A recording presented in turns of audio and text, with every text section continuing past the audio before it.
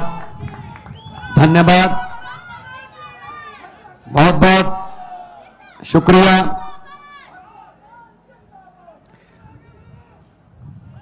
कर्नाटकದ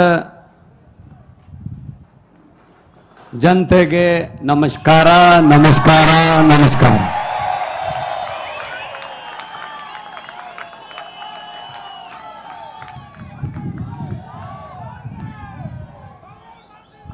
stage पर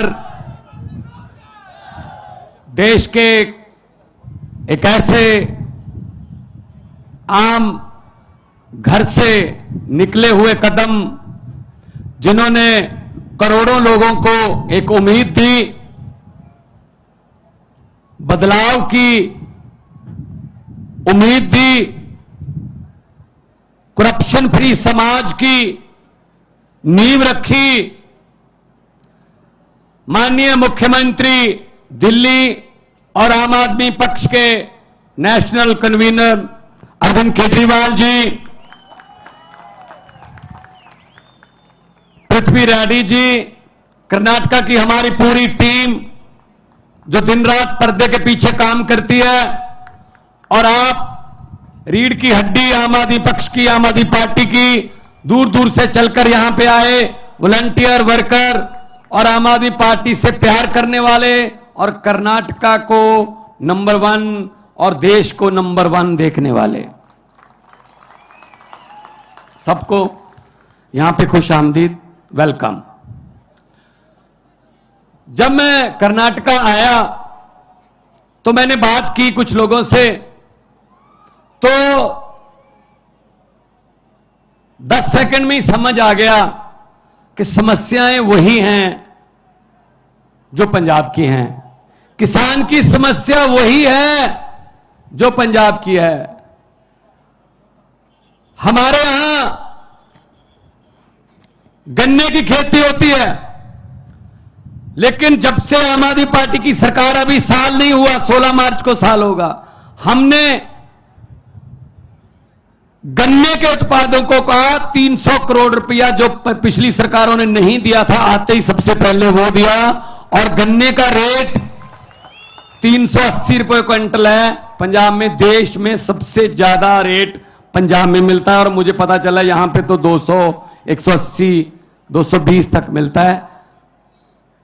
और हमारी भी जो गन्ना मिलें हैं वो कई कई साल पैसे नहीं देती थी, यहां भी यही हाल है। तो समस्याएं हमारी वही हैं। मुझे पता चला 2.5 लाख वैकेंसीज हैं गवर्नमेंट जॉब्स में, 2.5 लाख पद खाली हैं, और आम आदमी पार्टी की सरकार बनी 1 साल में 27,790 नौकरियां देकर आपके बीच में खड़ा हूं भाई साहब, सरकारी नौकरियां 1 साल में। और मुझे पता चला कि कॉन्ट्रैक्ट पर जितने भी कर्मचारी हैं वो कच्चे हैं, उन पर तलवार लटकती है, कब निकाल देंगे, कब कह देंगे घर जाओ, आपकी जरूरत नहीं है। और पंजाब सरकार ने 14,000 पहले किए, अभी हमारा बजट का सेशन आ रहा है, उसमें भी मता आ रहा है 14,000 अब करेंगे। 28,000 कॉन्ट्रैक्ट वाले जो मुलाजिम थे कच्चे, उनको पक्के करके आपके बीच में खड़ा हूं भाई साहब। कोई हवा में बातें नहीं करते, हम हवा में बातें नहीं करते। यहां भी वही मुद्दा है, OPS, old pension scheme. Old pension scheme में क्या था, सरकारी कर्मचारी दफ्तर में काम करता था, जॉब करता था, तो उसकी तनख्वाह में से पैसे कटते थे जीपीएफ के, ईपीएफ के। जब वो रिटायर हो जाता था तब उसको इकट्ठे पैसे मिल जाते थे, वो अपना घर बना लेता था, अपने बेटे बेटियों का किसी का भी कोई गिफ्ट दे देता था, तो उसकी जिंदगी आराम से निकलती थी। अब क्या कर रहे हैं भाई साहब, अब भाई साहब का फरमान आ गया दिल्ली से, इनके पैसे काट तो लो लेकिन इनको मत दो, शेयर मार्केट में लगा दो, वहां से नीरव मोदी, विजय माल्या, ये अडानी सब ले जाएंगे। और जब तक आप रिटायर होंगे आपको कहा जाएगा बहुत बहुत धन्यवाद, आपने बहुत अच्छी सरकारी नौकरी की, पेंशन तो आपकी नीरव मोदी ले गया और अडानी ले गया। ये न्यू पेंशन स्कीम है उनकी, that's called new pension scheme. तो हम ओपीएस को हमने अपने पहले नोटिफिकेशन जारी किया, अब हमने कैबिनेट में इसको लेके आए हैं। हम केंद्र के साथ लड़ाई लड़ेंगे कि हमारा पैसा वापस दो। 18,000 करोड़ हमारा जो पेंशन का old pension new pension scheme का जो इन्होंने रखा है वो वापस लेने के लिए हम लड़ाई लड़ेंगे, मुलाजमों के साथ लड़ाई लड़ेंगे। तो ये तो इनके कारनामे हैं। हम हवा में बात नहीं करते। अरविंद केजरीवाल जी ने कहा दिल्ली में मैं बिजली फ्री कर दूंगा। अरविंद केजरीवाल जी ने कहा मैं स्कूल अच्छे बना दूंगा। तो मजाक कर रहे थे ये लोग, ऐसे कैसे हो सकता है? जब स्कूल अच्छे बनने शुरू हुए, धीरे धीरे स्कूलों में टीचर्स जो हैं उनको विदेशों में ट्रेनिंग देकर धीरे धीरे बच्चों का रिकॉर्ड, बच्चों का पास प्रतिशत बढ़ता गया। आज दिल्ली के स्कूलों का पास प्रतिशत प्राइवेट स्कूलों से ज्यादा है, 99.7% है जी। मैं तब पंजाब में अभी चुनाव नहीं हुए थे, मैं 2014 से एमपी था, 2019 में भी एमपी था। तो मैं दिल्ली रहता था जब पार्लियामेंट होती थी। सच मानिए मेरे पास दिल्ली के लोग आते थे, जब कोई पार्लियामेंट में काम करते हैं, जब पार्लियामेंट की कोई गाड़ी चलाता है, जब कोई मिल गया, वैसे उनको पता चल गया भगवंत मान का घर है, तो मेरे पास प्राइवेट स्कूल में एडमिशन के लिए सिफारिश नहीं आती थी। वो कहते थे जी दिल्ली के किसी सरकारी स्कूल में एडमिशन करवा दो, बच्चे की जिंदगी सुधर जाएगी। ये किया अरविंद केजरीवाल जी ने, ये किया मनीष सिसोदिया जी ने। बदले में क्या किया? मनीष सिसोदिया को गिरफ्तार कर लो। स्कूल क्यों बना रहा है? अगर स्कूल बन गए तो देश के नौजवान शिक्षित हो जाएंगे। शिक्षित हो गए तो उनको समझ आ जाएगी कि वोट जो है उसकी कीमत होती है। उनको पता चल जाएगा कि वोट नफरत के नाम पर नहीं, विकास के नाम पर डाला जाता है। इसीलिए वो कहते हैं कि मनीष सिसोदिया को अंदर कर दो। अस्पताल बनाए, मुफ्त इलाज होता है दिल्ली में। चाहे आपने पैरासीटामोल से लेकर बड़े बड़े इलाज 40 लाख तक के ऑपरेशन मुफ्त होते हैं भाई साहब दिल्ली में। इन्होंने कहा क्यों, ऐसा क्यों होता है भाई? लोगों को मरने दो, ऐसा नहीं हो सकता। तो सतेंद्र जैन को अंदर कर दो जिसने हॉस्पिटल बनाए। ये इनके काम चल रहे हैं। शाखाओं के हम वो पत्ते नहीं जो शाख से झड़ जाएं। आंधियों को जरा बोल दो अपनी औकात में रहें। ऐसे हम पर ईडी सीबीआई ये डालकर आप डरा नहीं सकते हमें, आप डरा नहीं सकते हमें। हम किसी और मिट्टी के बने हुए हैं भाई साहब। और मुझे खुशी, पृथ्वी रेड्डी जी ने मुझे बताया कि देवनागरी में सभी के खातों में 15-15 लाख आ गया है। आया नहीं? आप तो कह रहे थे आ गया सर, हमारे भी नहीं आया जी। 15 लाख की बात छोड़ दो, जो हमारे घर में 2-4 हजार रुपया पड़ा था इमरजेंसी के लिए, नोटबंदी करके वो भी निकलवा के ले गए भाई साहब। ये चल रहा है, अब ये चल रहा है। तो इसलिए हम आए हैं आपके पास। अगर आम आदमी पार्टी को मौका मिलेगा, आम आदमी को मौका मिलेगा। जैसे पंजाब में हमने आते ही करप्शन के लिए, रिश्वत खोरी के खिलाफ एक हेल्पलाइन नंबर जारी किया।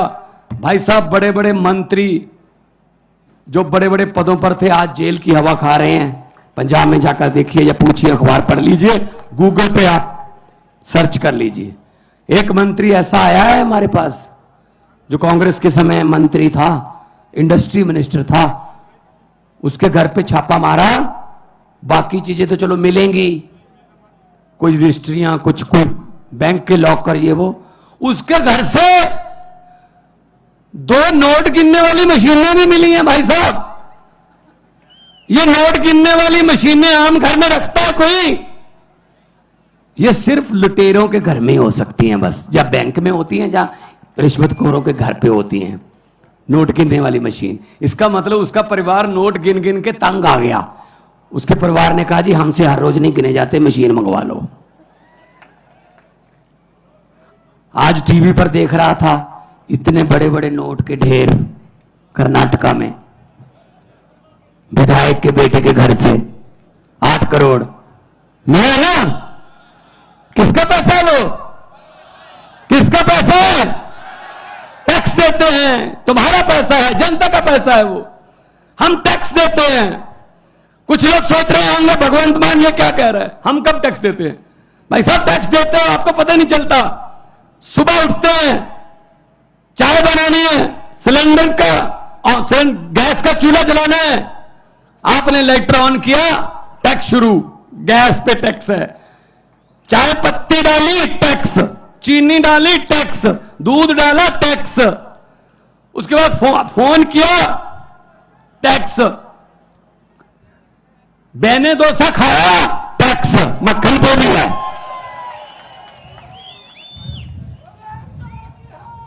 अब तो छाछ पे भी टैक्स है, आटे पे भी टैक्स है।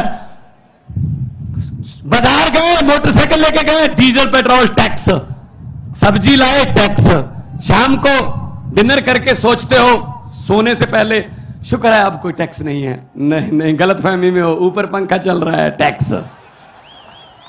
भाई साहब हम तो सोते हुए भी टैक्स दे रहे हैं, जब हम सो रहे हैं तब भी टैक्स दे रहे हैं। तो इनके बेटों के घर से 8-8 करोड़ के पैसे मिलते हैं। 8 करोड़ तो वैसे एक छोटी सी झांकी है। तो ये चीजें खत्म करनी है तो सफाई करनी पड़ेगी। और सफाई के लिए कौन सा यंत्र यूज होता है? झाड़ू। झाड़ू चलेगा। इन भ्रष्टाचारियों को मैं कहना चाहता हूं कि जितने मर्जी इकट्ठे कर लो पैसे, हीरे, मोती, मगर ख्याल इतना रहे कफन पे जेब नहीं होती। सब कुछ यही रह जाता है भाई साहब। गरीब की बद्दुआ मत लो। गरीब की बद्दुआ परमात्मा की दरगाह, एक ही बात है, सीधी बात है। तो ये चल रहा है हमारे देश में। और वो आते हैं, तरह तरह की बातें सुना के चले जाते हैं, तरह तरह की बातें। एक गांव था, वहां पे भैंसें चोरी होने लगी। गांव में अचानक से दूध देने वाली भैंसें किसानों की चोरी होने लगी। कभी एक भैंस चोरी होगी रात को, एक दिन 2 भैंसें चोरी हो गई, 3 भैंसें चोरी हो गई रातों रात। तो गांव वाले, एक साधु संत था, गांव में रहता था बाहर, उसके पास गए, संत जी हमारी तो भैंसें चोरी होने लगी हैं, कोई उपाय बताइए, बताइए क्या करें, कौन चोरी कर रहा है। तो संत महात्मा ने कहा एक चद्दर ओढ़ लेना, ऊपर चारों कोने पकड़ के 4 आदमी खड़े हो जाना और पूरे गांव को चद्दर के नीचे से ऐसे बोल देना कि वो नीचे से चले जाएं, गुजर जाएं नीचे से। तो जिसने भैंस चोरी की होगी वो जैसे ही चद्दर के नीचे से गुजरेगा वो मर जाएगा। भाई साहब अनाउंसमेंट कर दी, चद्दर ओढ़कर 4 आदमी खड़े हो गए। सारा गांव चद्दर के नीचे से जा रहा है, जा रहा है, जा रहा है, पूरा गांव निकल गया चद्दर के नीचे से, कोई नहीं मरा। तो साधु संत से पूछा, सर मरा ही नहीं कोई? तो साधु ने कहा जो चोरी करते हैं उनको तो चद्दर पकड़ा रखी थी, मरेगा कैसे? वो तो निकले ही नहीं चद्दर के नीचे से। तो भाई साहब चोरों को तो चद्दर पकड़ा रखी है देश की, और चोर ढूंढ रहे हैं अपने आप में से हम। ये बीजेपी, कांग्रेस, जेडीएस, ये सब चोर हैं, सब चोर हैं। ये इनको निकालो बाहर, इनको जनतंत्र से इनको निकालो बाहर, उसके बाद पकड़ेंगे इनको कि कितना किसने नुकसान किया। अभी मुझे पत्रकार पूछ रहे थे, ये करप्शन से, भ्रष्टाचार से देश का कितना नुकसान हो गया होगा। मैंने कहा जी ये वो वाली बात है, एक दुकान में चोरी हो गई, कोई दुकान थी छोटी सी कोई पंसारी की, चोरी हो गई। तो अगले दिन गांव के लोगों को पता चला चोरी हो गई, उस गांव में जो दुकानदार है उसके पास अफसोस करने के लिए आने लगे। ऐसे ही उसने रेवड़ी वेवड़ी रखी हुई थी, वो जनवरी के दिन थे, तो जो भी आता था ऐसे रेवड़ी उठाई 10-15, 2-4 मुंह में डाल के बोले यार बहुत अफसोस हुआ, कितने मुझे पता चला चोरी हो गई। कहते हाँ जी चोरी हो गई। 1 आया, 2 आए, 10 आए, 15 आए। दोपहर के बाद सरपंच भी, गांव का जो प्रधान है, उसने भी कहा मैं भी जाके आता हूं।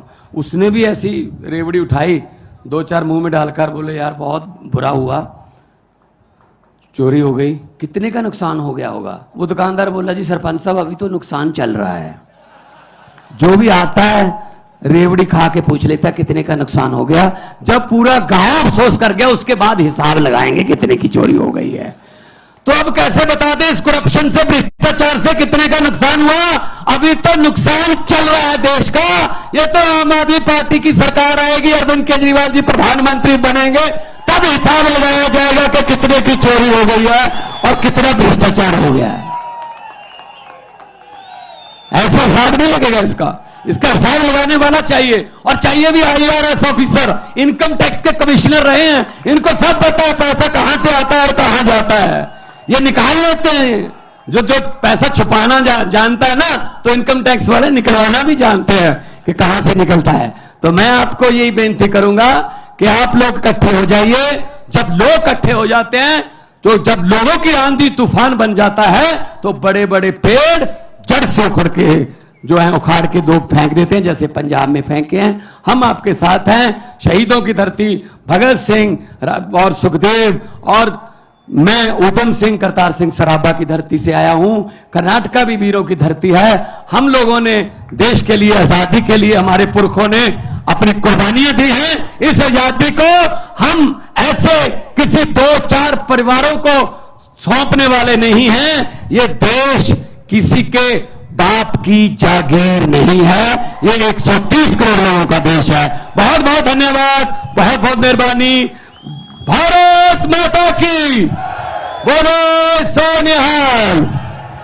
बहुत बहुत धन्यवाद। नमस्कार नमस्कार नमस्कार।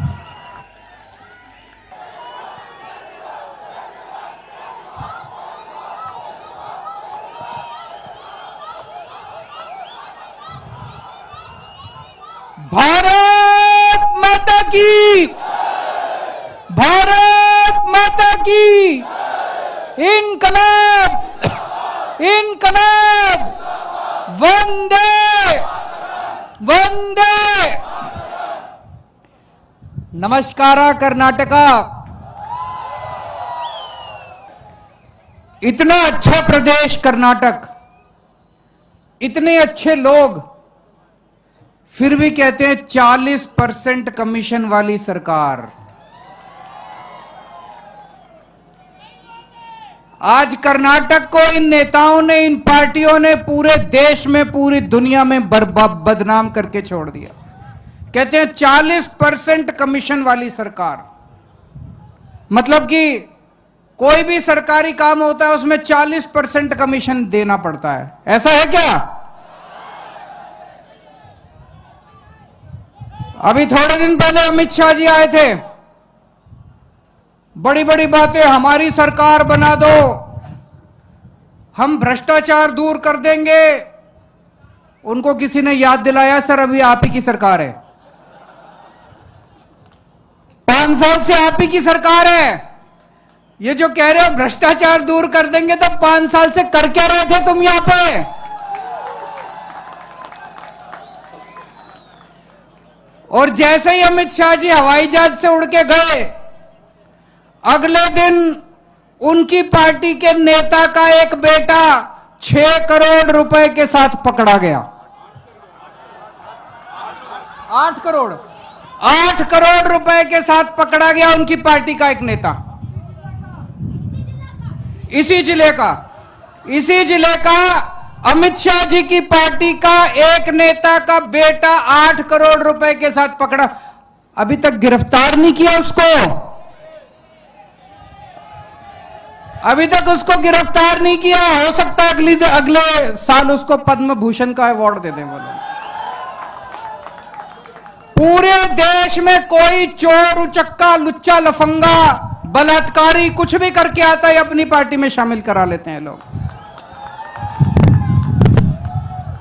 पकड़ा उसके घर पे रेड हुई।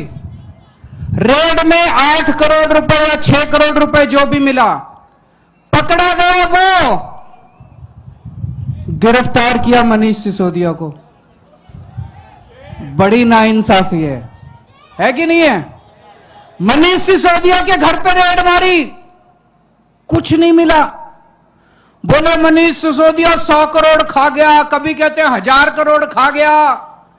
अरे मनीष सिसोदिया ने 100,000 करोड़ खाए होते तो करोड़ 2 करोड़ उसके घर में मिलने चाहिए थे कि नहीं मिलने चाहिए थे? उसकी पूरी रेड में 10,000 रुपए मिले। मनीष सिसोदिया के बैंक लॉकर देखे, उसमें कुछ नहीं मिला।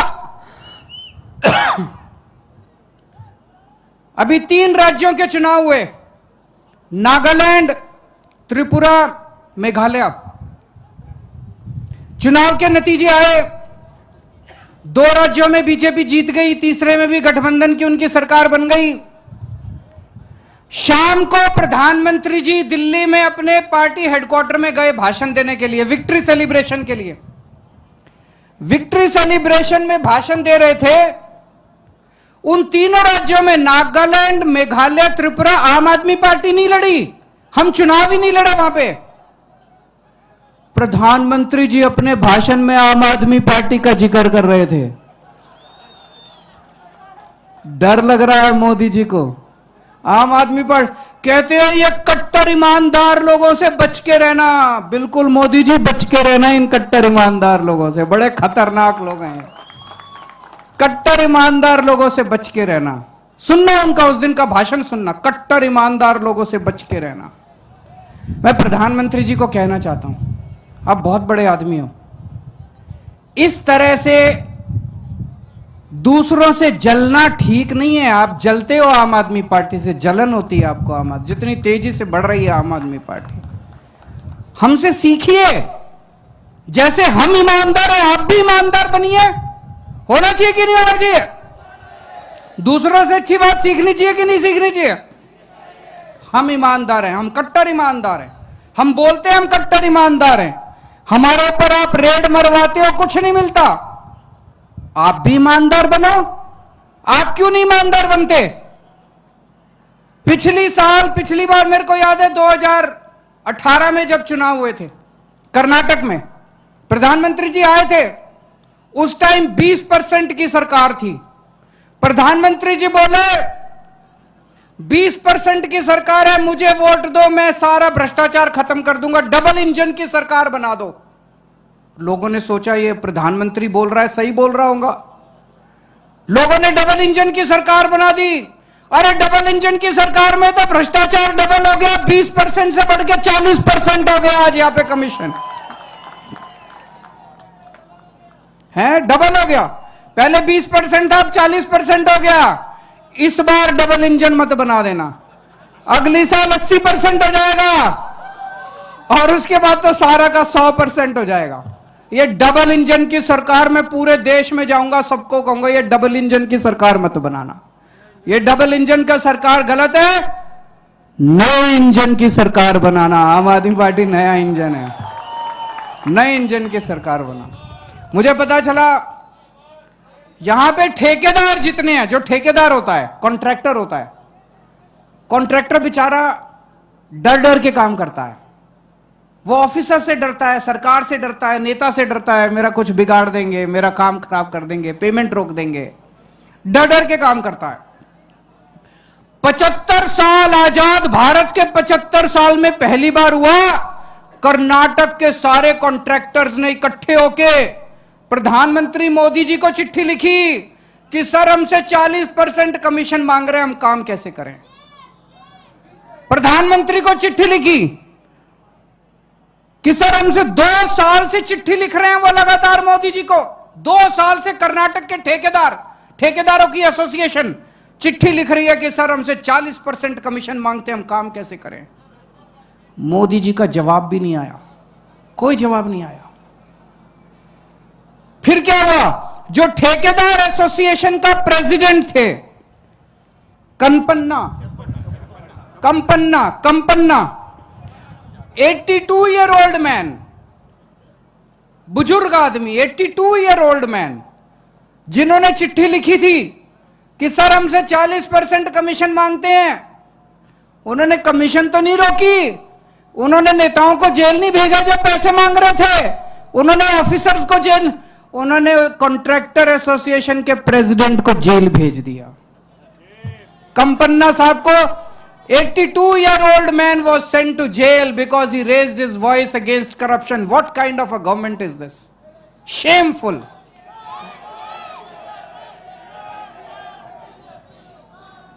बीजेपी के कार्यकर्ता हैं संतोष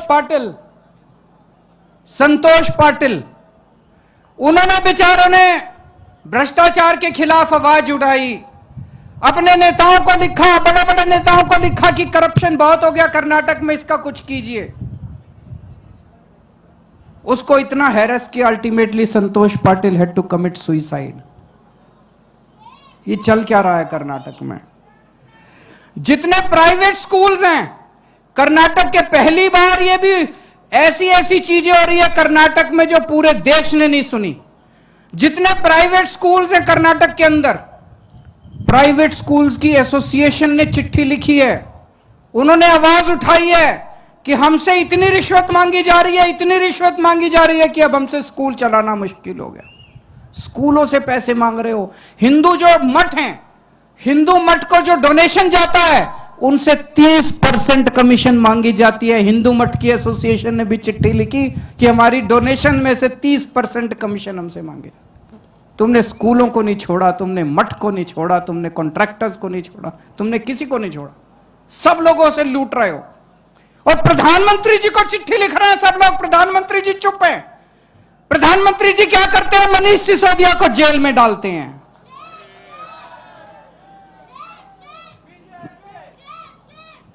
पिछले 5 साल में बेंगलोर की सड़कों पे रिपेयर करने के लिए, बेंगलोर की सड़कों में गड्ढे बहुत हैं, कहते हैं बहुत ज्यादा गड्ढे हैं, उन गड्ढों को रिपेयर करने के लिए 5 साल में 20,000 करोड़ रुपए खर्च कर दिए। 20,000 करोड़।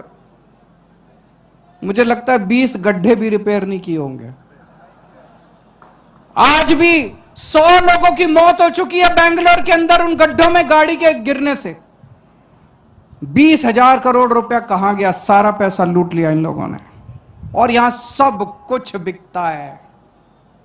आपको अगर पुलिस सब इंस्पेक्टर बनना है, 75 लाख रुपए दीजिए, पुलिस सब इंस्पेक्टर बन जाइए। आपको लेक्चरर बनना है, 25 लाख रुपए का रेट चल रहा है, 25 लाख रुपए दीजिए, लेक्चरर बन जाइए। ऐसा पुलिस सब इंस्पेक्टर जो 75 लाख रुपए दे के आएगा वो तो आपसे पैसे ही मांगेगा, मांगेगा कि नहीं मांगेगा?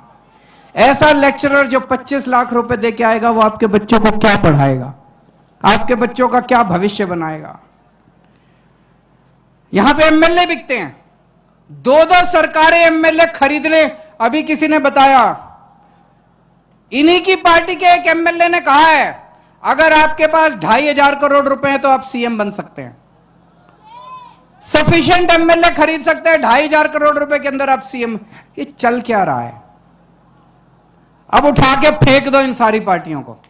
अब इस बार ईमानदार पार्टी लेके आओ, कट्टर ईमानदार पार्टी लेके आओ। एक ही पार्टी है पूरे देश के अंदर। ये कर्नाटक गवर्नमेंट आपको फ्री बिजली नहीं देती, फ्री पानी नहीं देती, शिक्षा नहीं देती, दवाइयां नहीं देती, अस्पताल नहीं देती, कुछ नहीं काम किया इन लोगों ने। कर्नाटक के ऊपर 3 लाख करोड़ रुपए का कर्जा चढ़ गया। क्यों? सारा पैसा खा गए ये लोग। दिल्ली में हमने सब कुछ फ्री कर दिया। दिल्ली में फ्री बिजली मिलती है, दिल्ली में पानी फ्री मिलता है, दिल्ली में बसों के अंदर जब आप ट्रेवल करो महिलाओं का टिकट नहीं लगता, फ्री टिकट। दिल्ली में सारे स्कूलों के अंदर पढ़ाई का पैसा नहीं लगता, सारी शिक्षा फ्री है, ड्रेस फ्री है, किताबें फ्री है, सब कुछ फ्री है, शिक्षा फ्री है। दिल्ली में अगर आपके घर में कोई बीमार हो जाए आपका पूरा इलाज फ्री कराते हैं हम लोग। दवाइयां free, test free, operation free, सब कुछ फ्री, दवा और शानदार इलाज कराते हैं हम लोग, सब कुछ फ्री है।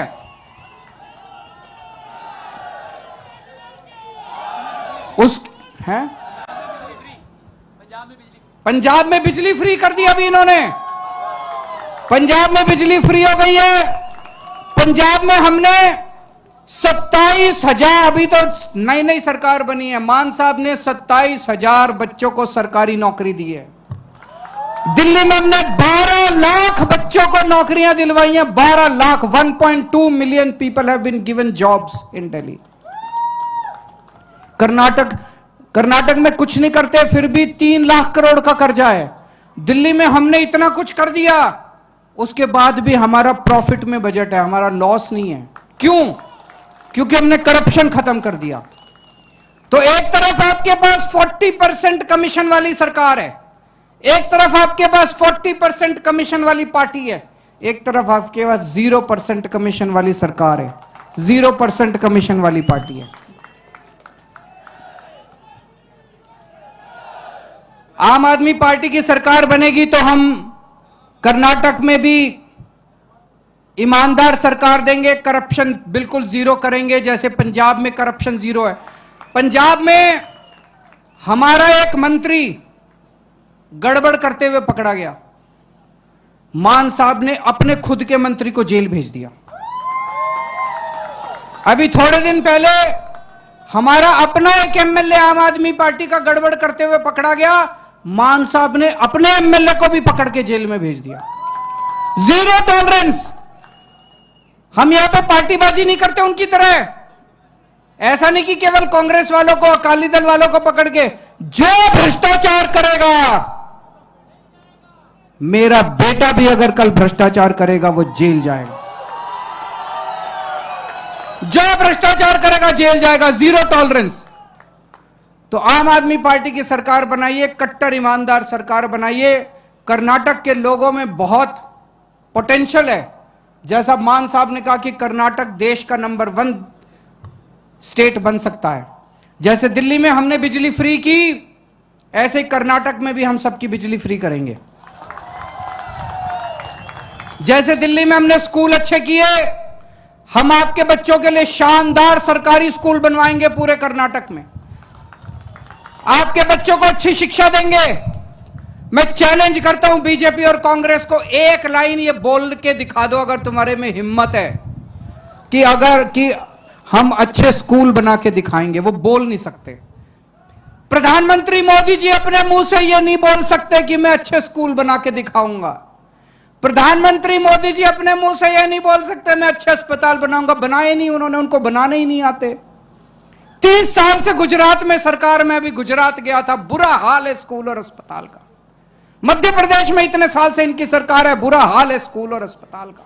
केवल आम आदमी पार्टी है जो छाती चौड़ी करके कह सकती है हमें वोट दो, हम आपके बच्चों का भविष्य बना देंगे।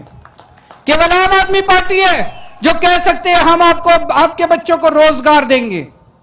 जैसे दिल्ली में हमने 12 लाख बच्चों को रोजगार दिए, आप यहां पे हमारी सरकार बनाओ, आपके एक एक बच्चे को, कर्नाटक के एक एक बच्चे को रोजगार का इंतजाम करें।